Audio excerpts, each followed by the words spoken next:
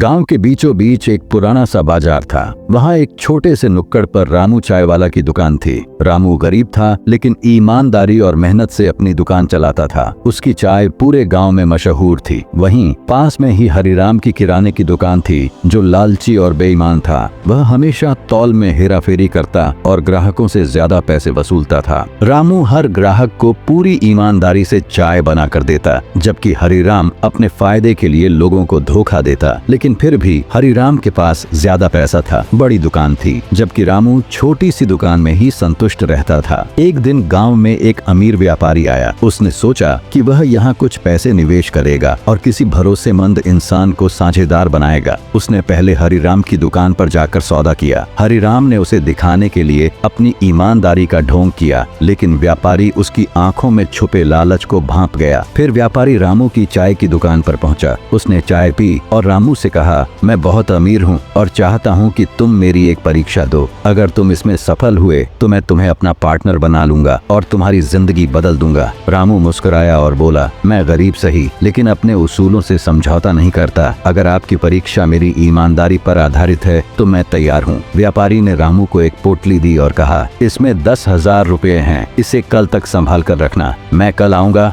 और देखूंगा कि तुम इसे वापस देते हो या नहीं। रामू ने पोटली ले ली और उसे अपनी दुकान के अंदर सुरक्षित रख दिया। हरिराम की लालच और सच्चाई का उजागर होना। हरिराम ने यह सब देखा और सोचा, अगर मुझे ये पैसे मिल जाएं तो मेरा फायदा ही फायदा होगा। रात के अंधेरे में वह चोरी छिपे रामू की दुकान में घुसा और पोटली चुरा ली। सुबह जब व्यापारी आया तो रामू ने ईमानदारी से कहा, साहब मैं बहुत शर्मिंदा हूँ, लेकिन आपकी पोटली दुकान से चोरी हो गई है। व्यापारी मुस्कुराया और बोला, मुझे पहले ही शक था कि यहाँ कोई लालची इंसान है, इसलिए मैंने असली पैसे की जगह नकली पैसे रखे थे। अब देखना चाहता हूँ कि असली चोर कौन है। व्यापारी ने गांव के लोगों को इकट्ठा किया और ऐलान किया, जिसने भी यह पोटली चुराई होगी वह इसे देखकर समझेगा कि इसमें असली पैसे नहीं थे। हरिराम चौंक गया और तुरंत डर के मारे पोटली लेकर आया, लेकिन जब उसने उसे खोला तो उसमें सिर्फ कागज के टुकड़े थे। वह शर्मिंदा होकर सिर झुकाकर खड़ा हो गया। गांव वालों ने उसकी धोखाधड़ी पर गुस्सा दिखाया और व्यापारी ने सबको सबक सिखाने के लिए ऐलान किया,